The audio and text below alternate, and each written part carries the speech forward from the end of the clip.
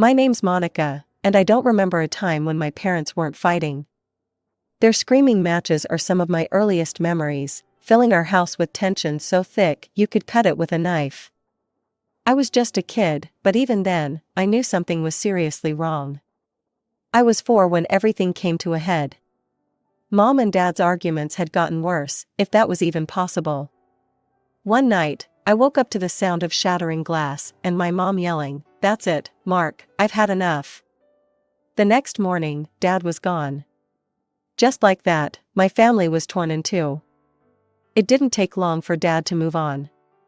Within months, he'd remarried some woman named Caroline and moved across town. From then on, our relationship became a joke. He'd call on holidays, his voice distant and awkward like he was talking to a stranger, not his own kid. The rest of the year, the only sign I had of father was the monthly alimony check he sent to Mom. Mom, for her part, was a mess. Linda Thompson, once the picture of a happy housewife, now a single mother, struggling to keep it together. She threw herself into her work as a real estate agent, but it was obvious she was floundering. I was 7 when Mom started getting weird. She'd always been a bit impulsive, but this was different. One day, she came home with a bunch of books and DVDs about day trading. "This is it, Monica," she said, her eyes shining with a manic gleam that scared me a little. "We're going to be rich." For weeks, she was glued to her computer, muttering about stocks and trades. She'd forget to pick me up from school, or to make dinner. When I'd ask her to play with me, she'd wave me off. "Not now, sweetie. Mommy's working on our future." But our future wasn't looking too bright. I learned to fend for myself pretty quick. By 8, I could make my own meals, even if it was just a peanut butter sandwich, do my own laundry, and get myself ready for school. Mom was too caught up in her get-rich-quick schemes to notice. Things came to a head when I was 9. Mom burst into my room one day, her eyes wild with excitement. "I'm going on a trip to Bali. I've found someone who can help us, sweetie. He's going to show me how to unlock my luck chakra. This is going to change everything." I didn't know what a luck chakra was, but I knew it sounded like trouble. And just like that, I was shipped off to Aunt Rachel's, my mom's friend, while Mom chased her latest crazy scheme halfway across the world. For 6 long weeks, I lived with Aunt Rachel while Mom was off on her spiritual journey in Bali. Don't get me wrong, Rachel was great. She really tried to make things normal for me. "Come on, Monica," she'd say with forced cheerfulness every morning. "Time for summer camp." I'd drag myself out of bed, pretending to be excited about another day of crafts and organized fun while my mind was miles away, wondering what the hell Mom was doing on the other side of the world. Weekends with Rachel were better. We'd go to the zoo or the beach, and for a few hours, I could almost forget the mess my life had become. But then I'd catch her looking at me with pity in her eyes, and reality would come crashing back. When Mom finally came back, it was like she was a whole new person. Her eyes were bright, her smile wide, and she couldn't stop talking about positive thinking and manifesting wealth. "Monica, sweetie, our lives are about to change," she said, pulling me into a hug that smelled of incense and something else I couldn't quite place. "I've unlocked my true potential.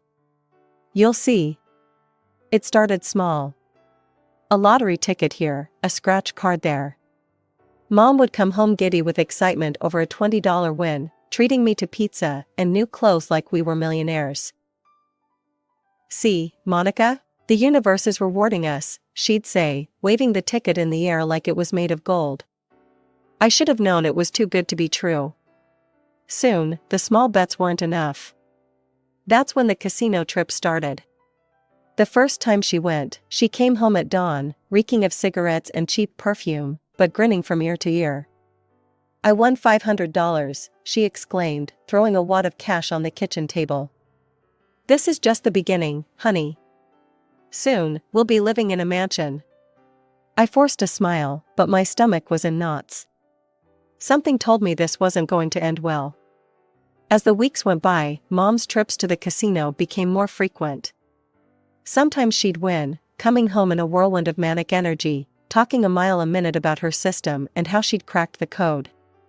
But more often, she'd slink in quietly, her eyes red and puffy, smelling of booze and defeat.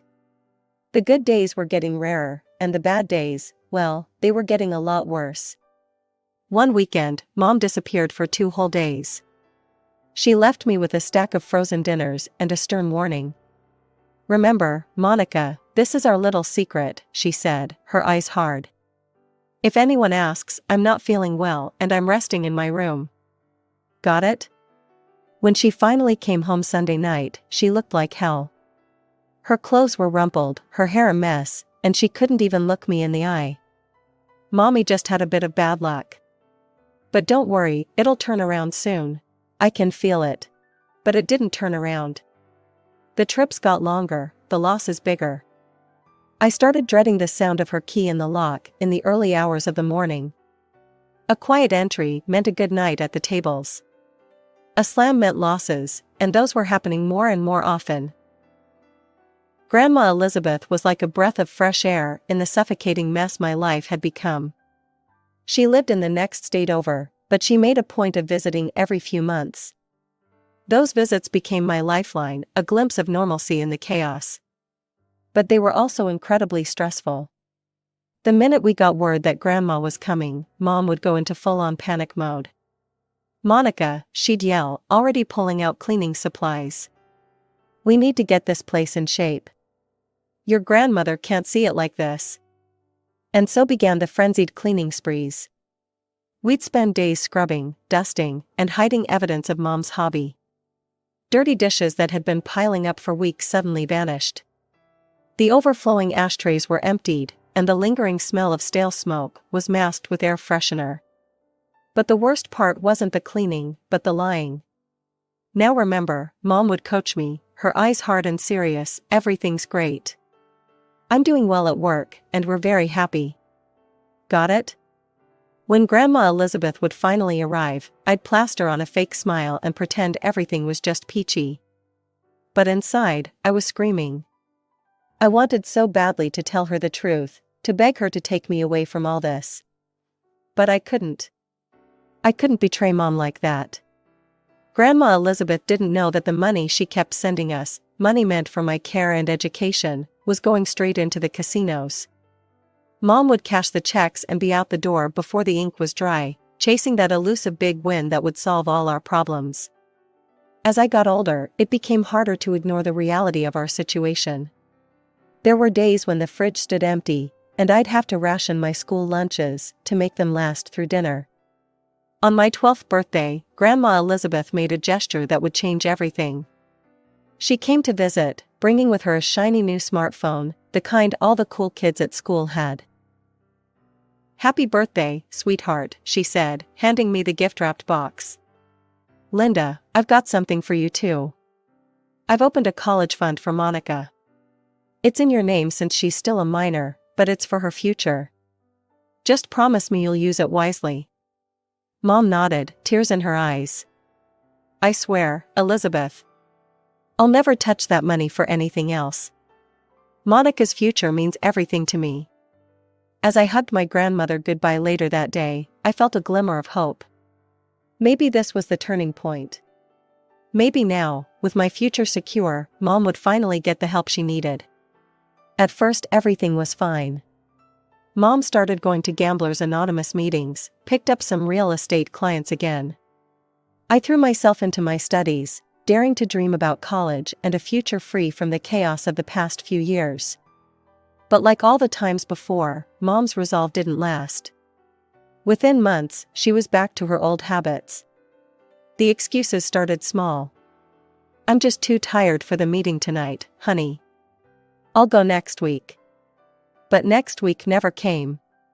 Soon, she was disappearing for days at a time again, leaving me to fend for myself. I was 13 now, and I'd become scarily good at being the adult in our household. I could forge Mom's signature perfectly on school documents, a skill born from necessity rather than rebellion. I even taught myself to cook, whipping up simple meals from whatever I could scrounge up in our perpetually bare pantry. Anything to keep my stomach from growling during class. As I entered high school, I withdrew more and more. Making friends felt impossible. How could I invite anyone over when I never knew what state the house, or mom, would be in? The few times I tried to open up, I was met with blank stares or awkward silence. No one could understand what my life was really like. By 16, I was desperate for some control over my life. That's when I decided to get a job.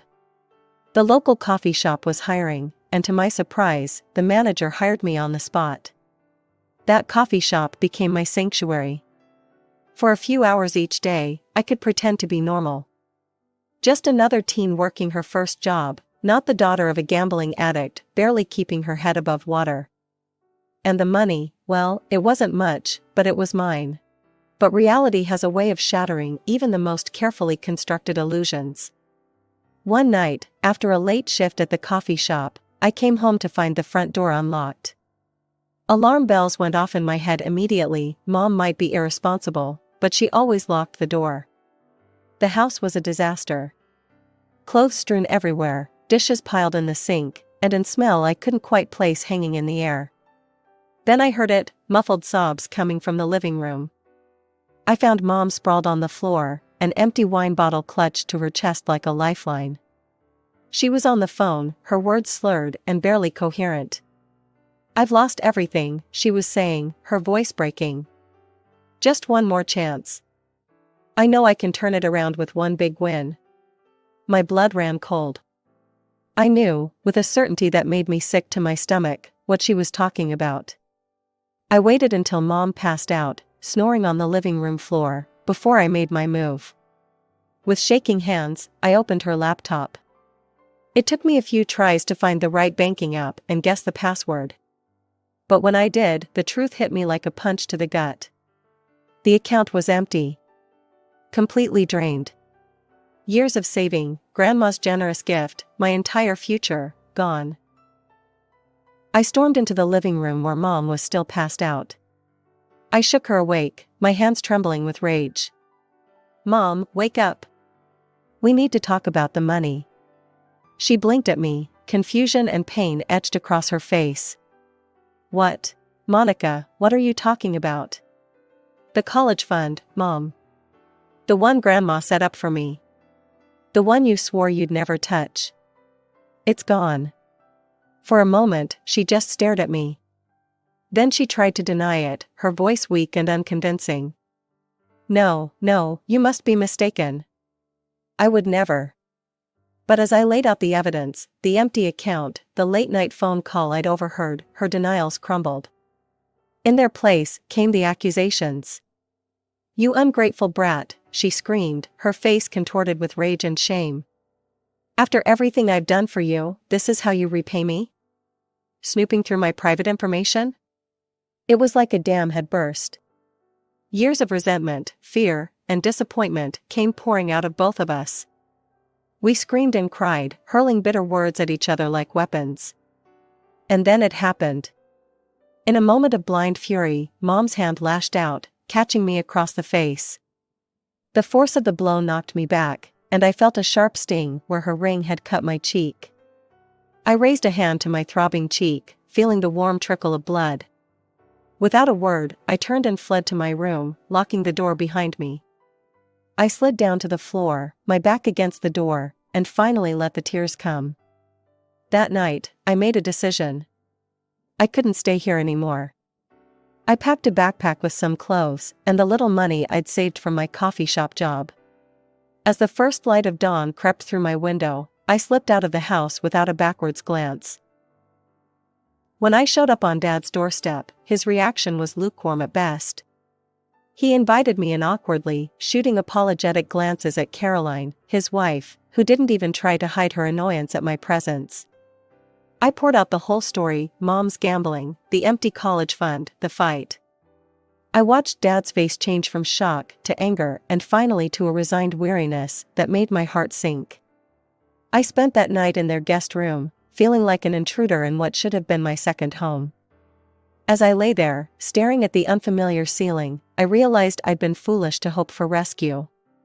My suspicions were confirmed the next evening when I overheard Dad on the phone with Mom. You need to come get her, Linda, he hissed, his voice low but clear through the thin walls. This isn't my problem. I've been paying child support for years, that should have been more than enough to cover her education.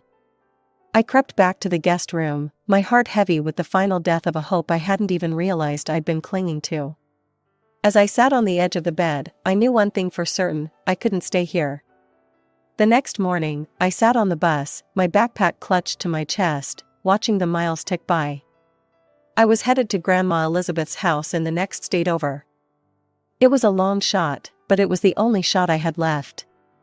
My stomach churned with anxiety. What if Grandma turned me away too? What if Mom had already gotten to her with lies and excuses? I'd been let down so many times before, I wasn't sure I could handle another rejection. When I finally arrived at Grandma Elizabeth's house, my heart was pounding so hard I thought it might burst out of my chest. I stood on her porch for what felt like hours, trying to work up the courage to knock. But I needn't have worried. The moment Grandma opened the door and saw me standing there, her face went from shocked to concerned to fiercely protective in the span of seconds. "Monica, sweetheart, what are you doing here? Are you all right?" Before I knew it, I was wrapped in her arms, sobbing out the whole miserable story. The gambling, the lies, the empty college fund, the fight with Mom, Dad's rejection, all of it came pouring out in a flood of tears and broken words. Grandma listened to it all, her face growing stormier with each revelation.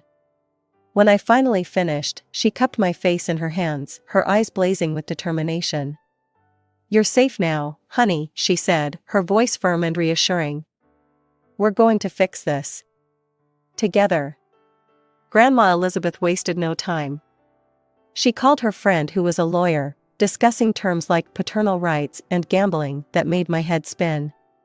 But mostly, she was preparing for the confrontation I knew was coming. When Mom finally arrived, summoned by Grandma's demands, I almost didn't recognize her. She looked small and defeated, nothing like the towering figure of my childhood. But the moment she opened her mouth, I realized some things hadn't changed at all. "Elizabeth, thank goodness you called," Mom said, her voice dripping with fake concern. "I've been so worried about Monica. She's been acting out, telling wild stories. I just don't know what to do with her anymore. I've tried my best, but she's been so difficult, so ungrateful." But Grandma Elizabeth wasn't buying it. Without a word, she opened her laptop and pulled up the bank statements showing the now empty college fund. "Would you care to explain this, Linda?" Grandma asked, her voice ice cold. The color drained from Mom's face as she stared at the screen. Her mouth opened and closed a few times, but no sound came out. It was like watching a balloon deflate. "I can explain," she finally stammered. "Things have been tough, and I just needed to borrow a little. I was going to pay it back." But her excuses were weak, and she knew it. I could see the panic in her eyes as she realized she wasn't going to be able to lie her way out of this one. And then, in a last desperate attempt to regain control, Mom's face hardened. "You know what? I don't have to explain myself to you. I'm Monica's mother. That money was in my name. I had every right to spend it how I saw fit." Grandma Elizabeth's eyes flashed with a fierce determination I'd never seen before. She leaned forward, her voice low and dangerous. "You're right about one thing, Linda. There's no legal document stating that money was exclusively for Monica's education. It was a trust placed in you, which you betrayed. But let me be clear about what I can do." Mom's smug expression faltered as Grandma continued. "That house you've been living in? The one you've neglected for years? I bought that as an investment property. And I'm selling it. Immediately." Mom's face went pale. "You can't do that. Where will we live?" "We?" Grandma raised an eyebrow. "There is no we, Linda. The proceeds from the sale will go towards Monica's education and setting her up with a small apartment near her chosen college." I felt a surge of hope, quickly followed by fear as I saw Mom's face contort with rage. But Grandma wasn't finished. "Furthermore, I'm suing for custody of Monica." Your gambling addiction, financial abuse, and that little physical altercation you had? All grounds for termination of parental rights. The room fell silent. I held my breath, watching Mom's face as the reality of her situation sank in. For the first time, I saw real fear in her eyes. What followed was a whirlwind of legal activity. Mom, faced with losing everything, fought back hard at first. She hired this slick lawyer who tried to paint me as some troubled teen and Grandma as a meddling old woman. But the evidence against Mom was overwhelming. My teachers came forward, talking about how my grades had slipped, how I'd sometimes come to school looking exhausted or hungry. My manager from the coffee shop testified about my work ethic, how I'd sometimes beg for extra shifts even when I was dead on my feet. With each testimony, I watched Mom shrink a little more in her seat. But the final blow came from an unexpected source. Mom's sponsor from Gamblers Anonymous broke the code of anonymity to testify. She stood up in court and laid it all out: Mom's severe addiction, her repeated relapses, her refusal to truly engage with the program. That was the moment Mom finally broke. As the sponsor spoke, I saw something crumble in Mom's eyes. When she took the stand, gone was the defiant, lying woman I'd known for years. In her place was someone small, broken, and finally, honest. I have a problem, she admitted, her voice barely above a whisper. I've hurt my daughter. I've betrayed her trust. I've ruined everything. As I watched my mother break down on the stand, confessing to years of addiction and neglect, I felt a strange mix of emotions. Part of me was relieved to finally hear her admit the truth. Part of me was angry that it had taken this long, that it had to come to this. And part of me, a part one wasn't proud of, felt a grim satisfaction seeing her finally face the consequences of her actions. But mostly, I felt tired. So incredibly, bone-deep tired. As Mom's sobs echoed through the courtroom, I closed my eyes, hoping that somehow, some way, this nightmare was finally coming to an end. The judge's gavel came down with a finality that echoed through the courtroom. In the matter of custody for Monica Thompson, the court rules in favor of Elizabeth Thompson. Linda Thompson's parental rights are hereby terminated. Dad was given a chance to step up, to fight for custody, but he didn't even show up to the hearing. His lawyer simply stated that Mark Thompson would not be contesting Elizabeth's guardianship. Just like that, both my parents had washed their hands of me. True to her word, Grandma Elizabeth sold Mom's house. She combined the proceeds with her own savings to set up a new trust fund for my education. This time it was ironclad: the money could only be used for tuition, books, and other school-related expenses. No one, not even Elizabeth herself, could touch it for anything else. As my high school graduation approached, Grandma and I spent our weekends getting ready for my next big step. She'd bought me a small apartment near the college I'd chosen, and we had fun picking out furniture and decorating it. As we worked, we talked about my plans for the future. I'd decided to major in social work, with a minor in psychology. After everything I'd been through, I wanted to help other kids who were struggling. But even as I settled into my new life, I couldn't shake the conflicting emotions that churned inside me. I was relieved to finally have stability, to know where my next meal was coming from and not have to worry about keeping the lights on. But I also felt guilty. What would happen to Mom now? And as much as I tried to push it down, I was angry. Angry at Mom for her addiction, at Dad for his indifference, at both of them for failing me so completely. Grandma, perceptive as always, noticed my struggle. "Honey," she said gently one day, "I think it might be good for you to talk to someone. A professional, I mean. Someone who can help you process everything that's happened." It wasn't easy. Dredging up old memories, confronting feelings I'd tried so hard to bury, some days I left my sessions feeling wrung out and raw. But slowly, I started to heal. I learned that it was okay to be angry, to be sad, to grieve for the childhood I never had. I learned that my parents' failures weren't my fault, and that I didn't owe them my forgiveness until I was ready to give it, if ever. As I packed up my things, ready to move into my new apartment and start my college journey, I made a difficult decision. I wasn't going to reach out to mom or dad. Not yet, maybe not for a long time. I needed to focus on myself, on building the life I wanted, free from their chaos and disappointment.